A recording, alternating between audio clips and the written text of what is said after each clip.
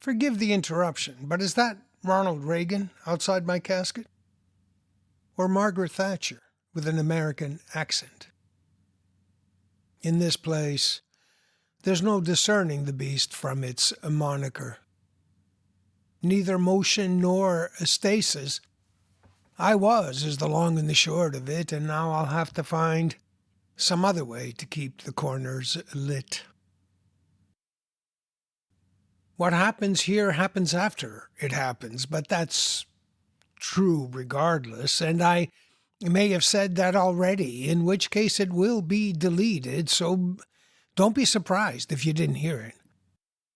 Moreover, this story is about real estate, not time travel, but I'm flexible, should you think otherwise. I'm an elephant in a hamster cage. But there's still plenty of room for the dancing. Listen then as I fold each detail into the detail adjacent, and then to deletion in general.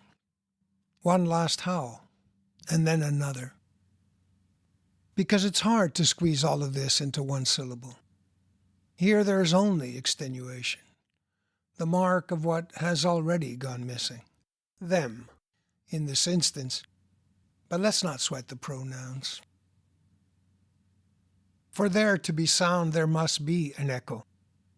But voices don't travel well in this medium, except for the ones I'm inventing. Perfect in pitch and clarity.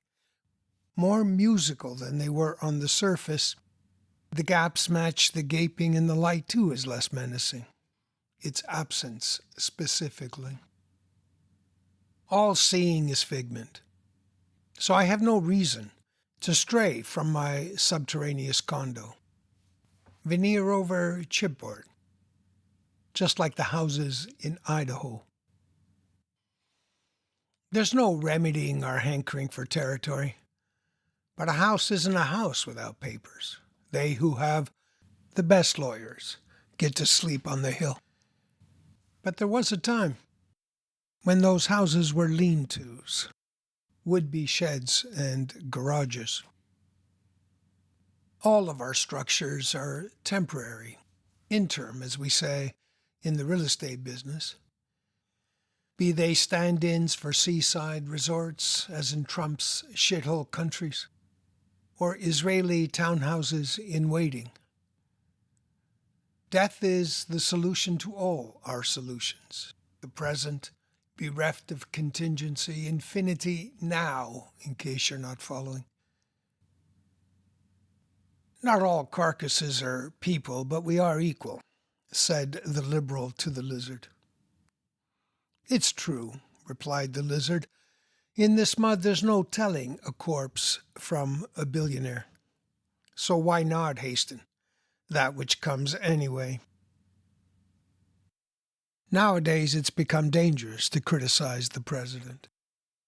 But, on the plus side, he probably won't last the decade. Everything flows from the acquisition, the price of admission. But what's a hen worth when it's no longer a chicken? Donald and I will partner up soon enough, seeing as we're both real estate guys. But try not to read too much into that. Besides, they'll have to carry him out in a box, but not before Elon Musk tweets out his replacement. One stiff's microbes are another stiff's pathogens. That's what we call a beginning in this hereafter. I have never been one to inhabit the world entire. On my back in the dark, the calibrating continues. I wouldn't call it a plan exactly. At least not until I meet the neighbors, aka the clientele. There are cells everywhere, and no brains to speak of. Bullet casings, too, after Johnny got his gun to limit the power of government. Life is in the tinkering. That's why Johnny did his own oil changes.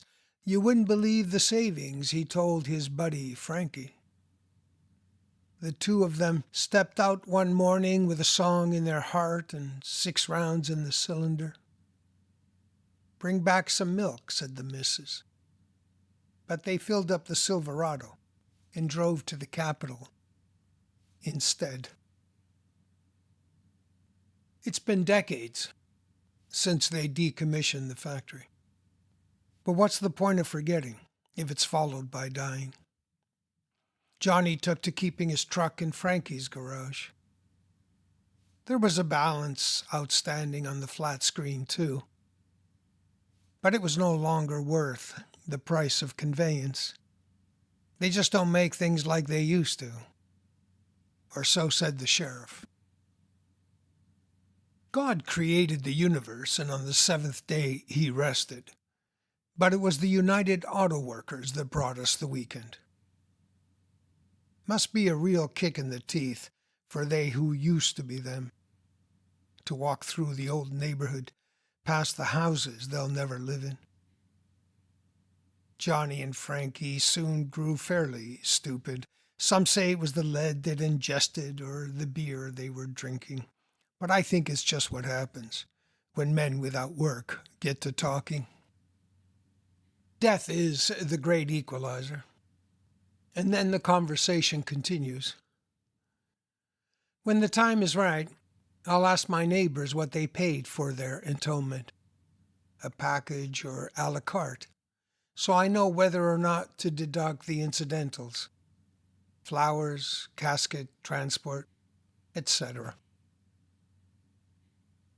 What do the dead envy? Hilltop or waterfront boneyards? The equator or the inside of a glacier, seeing as the latter slows next things from happening. Unless it's the layering that matters, like it was on the surface. One's proximity to movie stars or the Rockefellers, their gated enclaves. Except those adjacencies are concentric, not vertical. From Greenwich, Connecticut to a Baltimore tenement, still the dream in Port-au-Prince. Except they don't give a rat's ass as to where the bosses are buried.